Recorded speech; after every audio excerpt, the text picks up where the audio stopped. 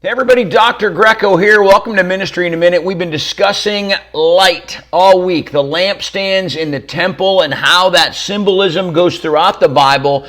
And today we're going to talk about Jesus, the light of the world. And we've talked about the idea that God defines truth. We've talked about the idea that the light is God's power and His presence and His purpose.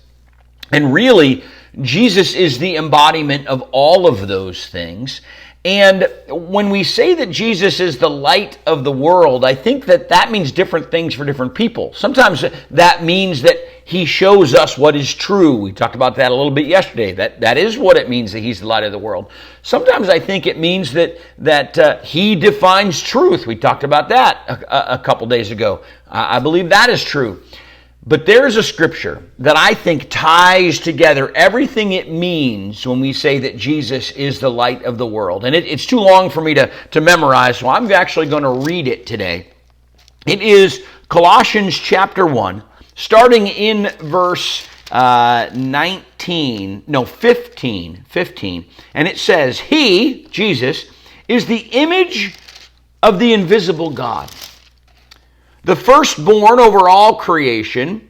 For by Him all things were created, all things in heaven and on earth, and visible and invisible, whether thrones or powers or rulers or authority, all things were created by Him and for Him. He is before all things, and in Him all things hold together. And He is the head of the church.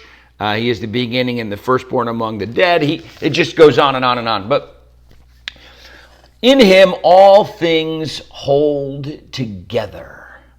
Jesus being the light of the world means that, yes, He's all-powerful. Yes, He has the purpose of God, the presence of God. It means all the things we've talked about. But what it really means is that in Him, all things make sense. You ever wonder about why things are happening around you? Look at them through the lens of Jesus. You ever wonder what might happen tomorrow? Look at that through the lens of Jesus. All the things that confuse us, all the mystery, all the problems, all the struggles, Jesus shines a light on them and He makes sense of everything.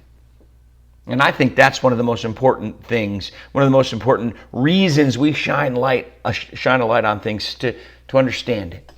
So it's God's power, it's God's presence, but it helps us make sense of the whole world. We'll see you tomorrow for another Ministry in a Minute.